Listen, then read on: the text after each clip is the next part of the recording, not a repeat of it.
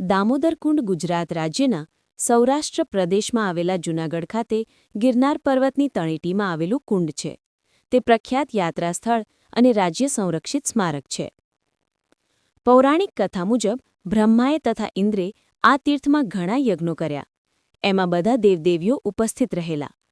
એ દરેકને પોતપોતાના સ્થાનમાં તીર્થસ્થાન કરવાની ઈચ્છા થઈ. આથી બ્રહ્માજીએ પોતાના કમંડલમાંથી ગંગાજીને પ્રગટ કરી પધરાવ્યા.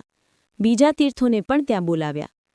આમાં કુંડમાં ગંગા, યમુના, સરસ્વતી, નર્મદા, સિંધુ, કાવેરી, ક્ષિપ્રા, ચર્મણ્યવતી, ગોદાવરી વગેરે તીર્થ સ્વરૂપ ગણાતી નદીઓએ ત્યાં વાસ કર્યો. બ્રહ્મના નામ પરથી એ કુંડનું નામ બ્રહ્મકુંડ પડ્યું.